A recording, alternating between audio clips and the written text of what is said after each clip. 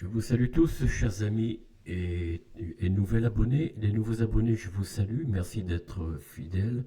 Enfin, merci de découvrir cette chaîne. Vous faites le bon choix et vous le comprendrez assez rapidement au fil du temps quand les vidéos apparaîtront. Et surtout, allez faire un tour sur les autres vidéos que j'ai déjà mises en ligne. Bon, il y a encore beaucoup de progrès à faire, mais enfin, il y a déjà des progrès qui ont été faits. En tout cas, merci d'être là. Je salue les anciens abonnés, les tout premiers, et les autres qui sont venus à la suite. Merci d'être là, d'être fidèle et de rester, j'allais dire fidèle au poste, hein, à chaque fois autant que possible. Chers amis, pour les nouveaux abonnés, surtout, je vous demande, c'est pas d'obligation, mais enfin, abonnez-vous, ça me ferait très plaisir, et puis ça montre à YouTube que vous vous intéressez à mes vidéos et à la chaîne. Abonnez-vous, partagez cette vidéo sur vos réseaux sociaux, entre amis, enfin bon, de la manière que vous l'entendez. C'est libre de droit, il n'y a pas de restriction, si ce n'est que YouTube peut-être met quelques conditions. Moi, je n'en mets pas personnellement. En tout cas, si YouTube le fait, c'est pas à ma demande. Après, ils ont leur politique, hein, bien sûr. Alors, partagez cette vidéo, mettez un pouce, un like, et puis surtout activez la clochette. Ça montre que vous prenez beaucoup d'intérêt. Et vous montrez encore une fois à YouTube que voilà, cette chaîne mérite d'être un petit peu étendue, faire connaître autour de vous, hein, autour de soi, comme on dit, hein, faire connaître la chaîne. Alors aujourd'hui, chers amis, nous allons... Alors déjà, je vous souhaite un bon début de semaine parce que c'est dimanche pour moi qui l'enregistre, mais pour vous, ce sera lundi, donc je vous souhaite un bon début de semaine, un bon moment de travail. J'espère que vous avez passé un bon moment ce week-end, ce dimanche, en famille, entre amis, ou tout simplement, même tout seul, hein, c'est pas grave. Des fois, la solitude apporte beaucoup de choses. Moi, j'en sais quelque chose, hein. Moi, je vis seul et je suis très heureux comme ça. J'aime beaucoup ma solitude. Mais après, à chacun son son terreau, hein, on va dire. Voilà. Bon, alors on continue un petit peu l'évolution de l'histoire de l'Hexagone. Je dirais plus le pays des fromages parce que, bon voilà, nous allons parler aujourd'hui de M. Vincent Auriol. Alors, avant de revenir à M. Charles de Gaulle, on verra M. Vincent Auriol et puis M. René Coty, qui est dont là est le premier, le deuxième. Non, c'est pas vraiment les premiers présidents, mais enfin, il y a eu des gouvernements avant, comme on l'a vu encore la veille, hein. Mais que dire de plus? Alors, je vais vous faire un petit portrait de l'homme. Alors déjà, il faut savoir que Monsieur Vincent... Alors, d'abord, on fait le curriculum vitae, pardon, et je vous dirai quelques mots ensuite. Alors,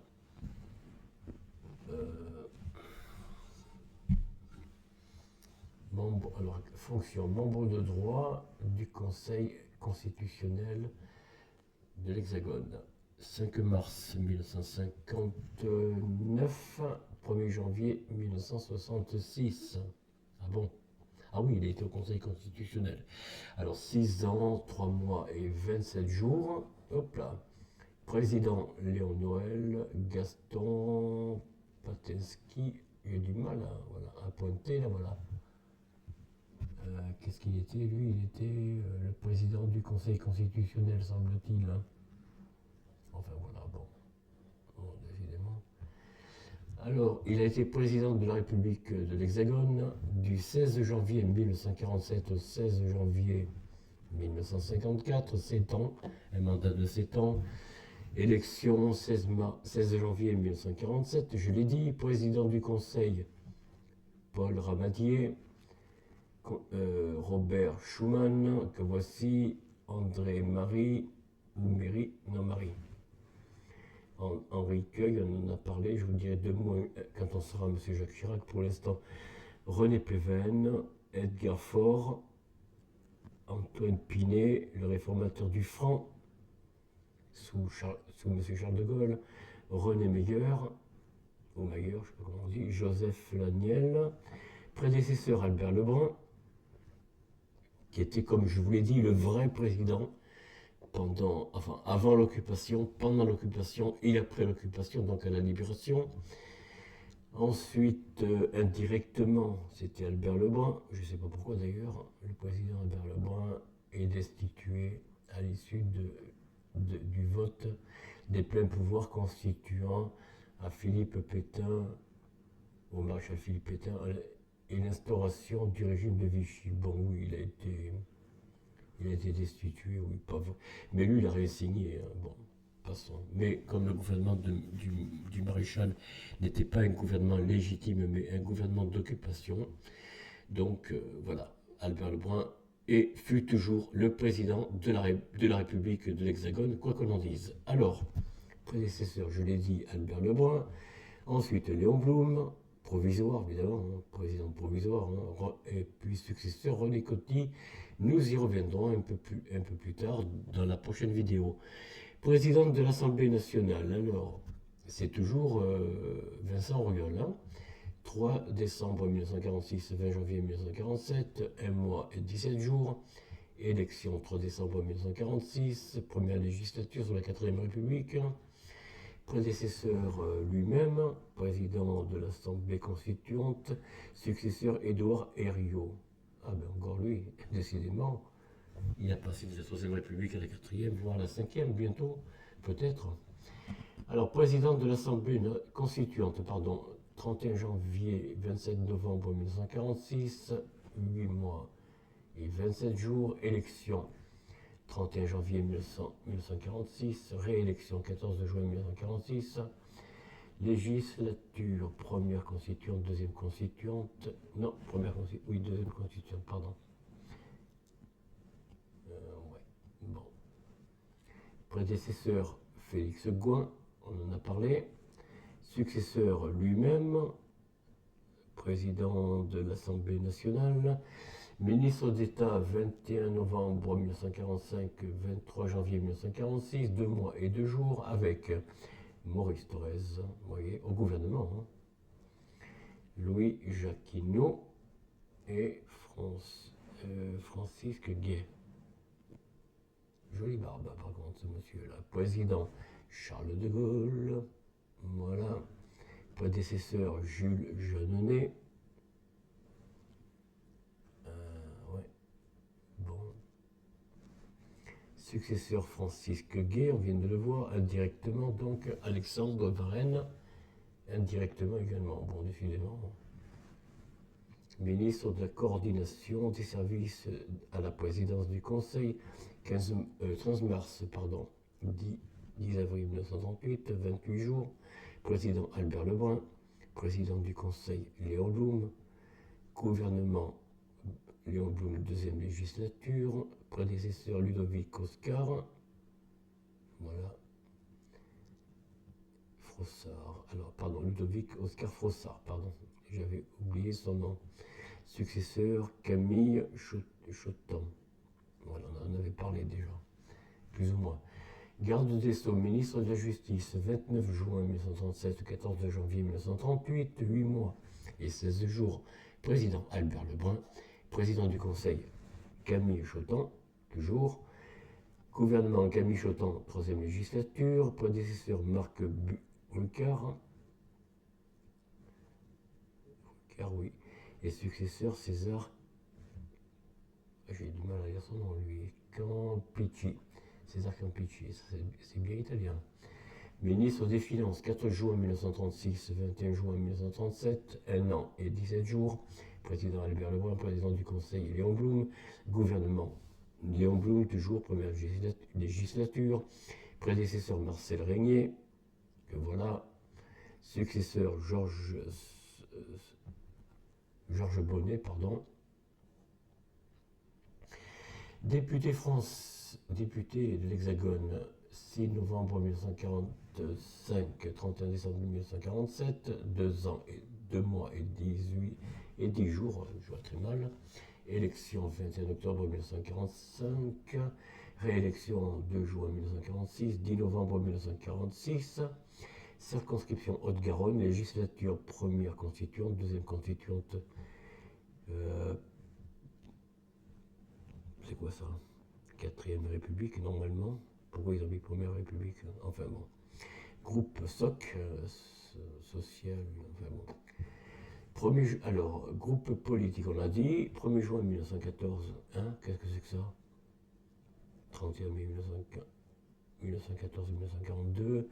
27 ans, 11 mois et 30 jours. Élection 10 mai 1914. Qu'est-ce que c'est que ça? Réélection 16 novembre 1919. 11 mai 1924, 22 avril 1928, 1er mai 1932, 26 avril 1936, excusez-moi, circonscription Haute-Garonne. Ah oui, il a été, oui, voilà, député, oui, d'accord. Donc ça fait très longtemps qu'il a été député. Circonscription, je l'ai dit, législature 11e, 12e, 13e, 14e, 15e et 16e sous la 3e République. Alors bien sûr, il s'agit des législatures, hein. Groupe politique SOC, donc socialiste, etc. Bon. Alors, prédécesseur Joseph Goebbels, c'est bien ça, Joseph Goebbels, oui, était un homme politique de l'Hexagone, de Toulouse. D'accord. Prédécesseur Joseph Goebbels, je l'ai dit, successeur circonscription supprimée. Alors, maire de Muret, 15 mai 1925, 16 janvier 1947, 21 ans, 8 mois et 8 jours, prédécesseur Henri Pérus, et successeur Henri Pérus encore. Voilà, alors, sa biographie. Nom de naissance, Jules Vincent Auriol, date de naissance 27 août 1884, lieu de naissance Revel, dans l'Hexagone, date de décès 1er janvier 1966 à 81 ans, pas mal, pas mal, bel âge. Lieu de décès Paris 7e, dans l'Hexagone, bien sûr, évidemment. Sépulture cimetière de Muret, c'est où ça? Communal ancien de la ville de Muret, dans le département de la Haute-Garonne, d'accord, oui, il est retourné chez lui, quoi. On va dire ça comme ça. Il est retourné chez lui. Nationalité des habitants de l'Hexagone, parti politique SFIO. Ah bon? Je crois qu'il était le SOC. Enfin, conjoint Michel au couturier. Michel Auriol, né Michel au couturier, pardon. Alors, conjoint diplômé pardon, de l'université de Toulouse, profession avocat.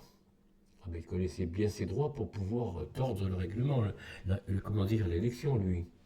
Ou du moins, comment faire de ce pays, de l'Hexagone, une entreprise. C'est quand même lui qui l'a fait, je rappelle.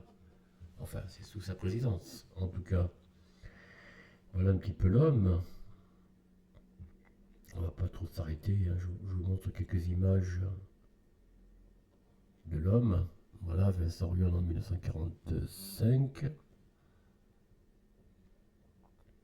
Ici en 1945, toujours, semble-t-il.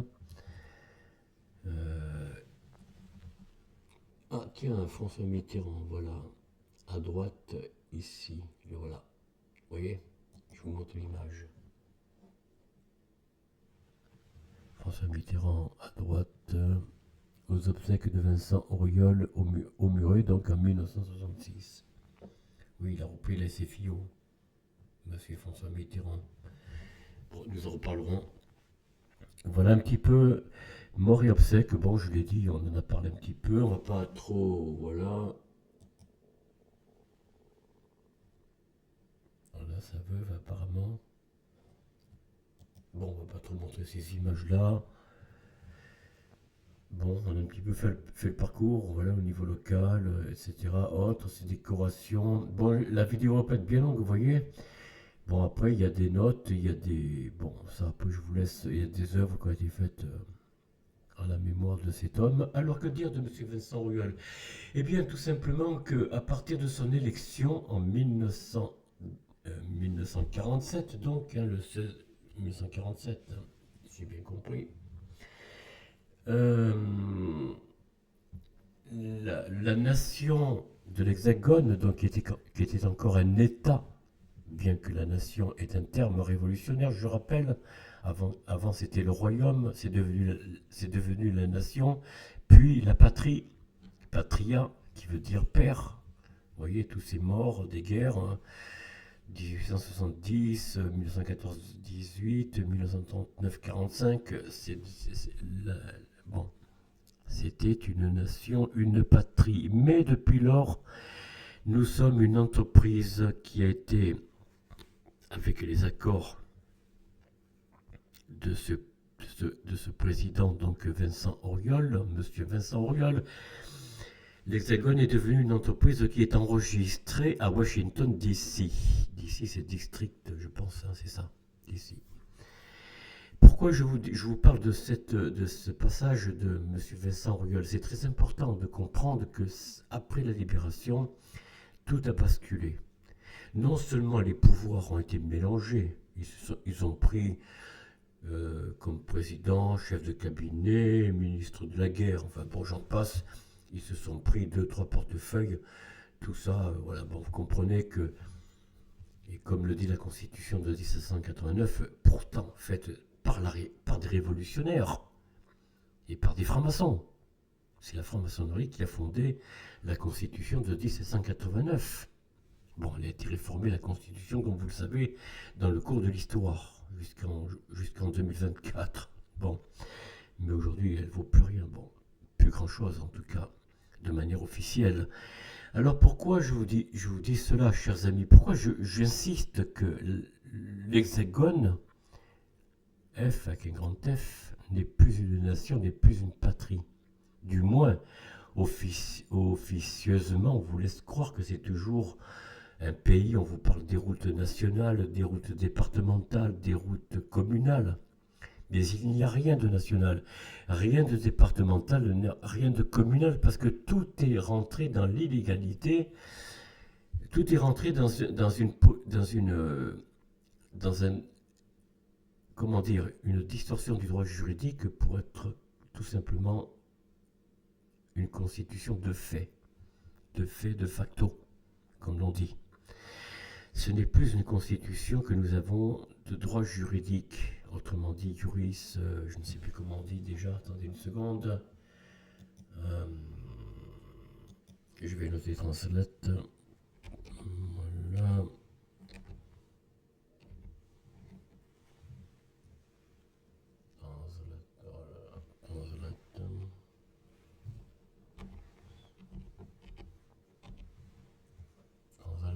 Voilà, translate Google, on va regarder tout de suite, chers amis.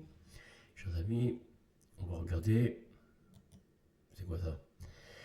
Bon, je ne vois rien.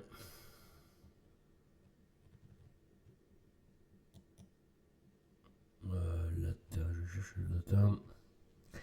Bon, non, je ne vais pas avoir le temps. C'est dommage, je ne vais pas avoir le temps de tout vous montrer. Sinon, on en aurait pour un moment. J'aurais dû le préparer avant. Bon, malheureusement. Alors, je ne sais pas où j'ai la. Est-ce que j'ai le. Oh, qu'est-ce que c'est que ça encore? Oh là là, bon, j'ai fait une erreur.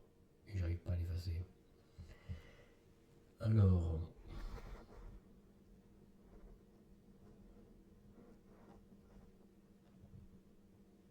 Ah oui, j'ai pas noté, j'ai pas tapé sur Translate Google. Oui, c'est pour ça que je n'ai pas le dossier que j'ai gardé. Normalement, j'ai enregistré deux. Ah, j'arrive pas à le dire. L'historique. Alors, qu'est-ce que nous avons comme historique? Ah ben, je ne vois rien. C'est étrange. Je ne vois aucun historique. Non, je ne vois rien. Bon.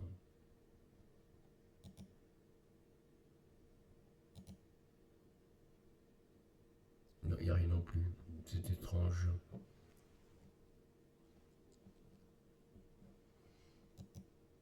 Bon, enfin bref, je l'enlève. Allez, c'est pas la peine. Sinon, on va jamais en finir.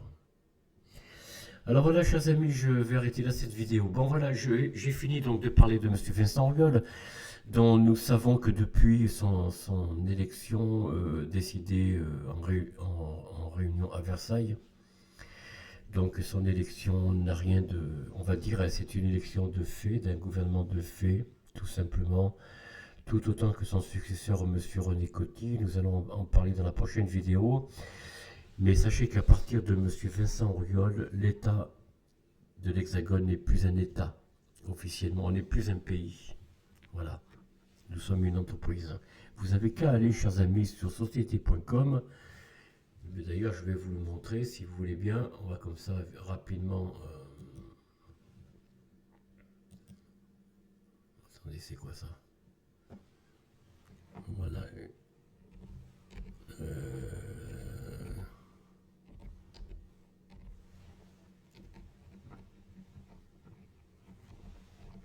Oh, mais décidément. Oui, j'ai les câbles d'hygiène un peu bons. Voilà, alors on va les voir rapidement.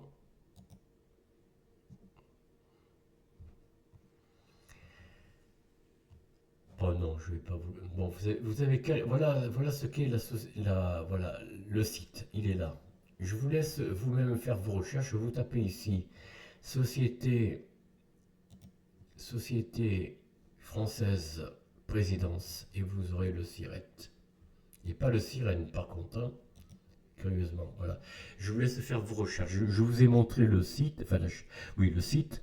Vous n'avez qu'à aller dessus, société.com. Vous tapez présidence française. Non,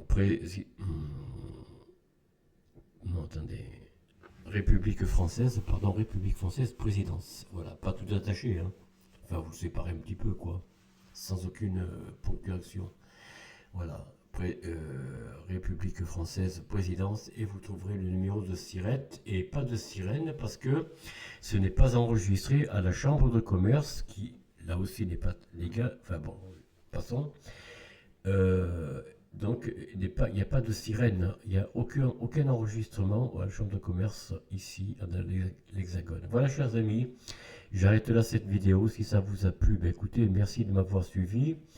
Merci de m'encourager de la meilleure façon que vous le pouvez.